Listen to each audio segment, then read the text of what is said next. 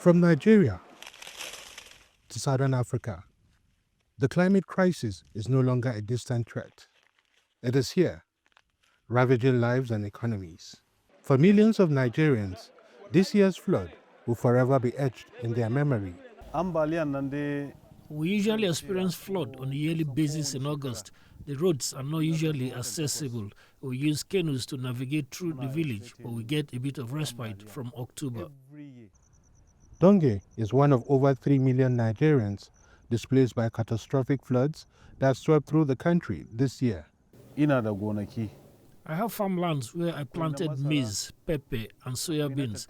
They had different harvest periods, but when the floods came, I lost everything. I didn't get anything, including from my poultry. Communities are struggling to rebuild. Relief is trickling in, but for many, it's too little, too late. We interact with them.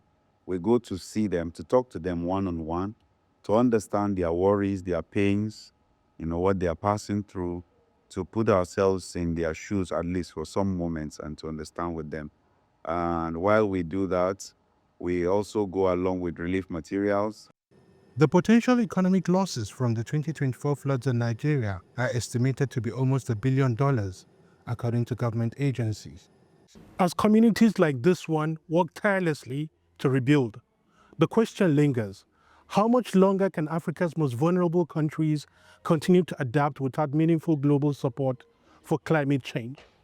For the families here, it's not just about rebuilding, it's a daily fight to survive. The story of Nigeria's floods is just a chapter in a larger African story.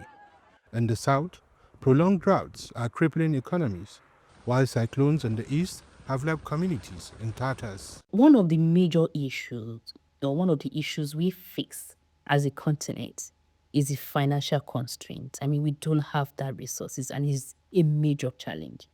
We're talking about loss and damage fund now, and I mean, you saw what we got at COP29. And because of what climate change is causing to all of our communities in Africa, so financial constraint to help, cope with the measure, to help cope with climate change issues is a major challenge. We have that. And again, in terms of policy, I think there's a major issue with policy implementation. In some communities, resilience is the only option. Grassroots initiatives are emerging, offering hope in the face of overwhelming challenges. Ibrahim Shehu, TRT World, Abuja, Nigeria.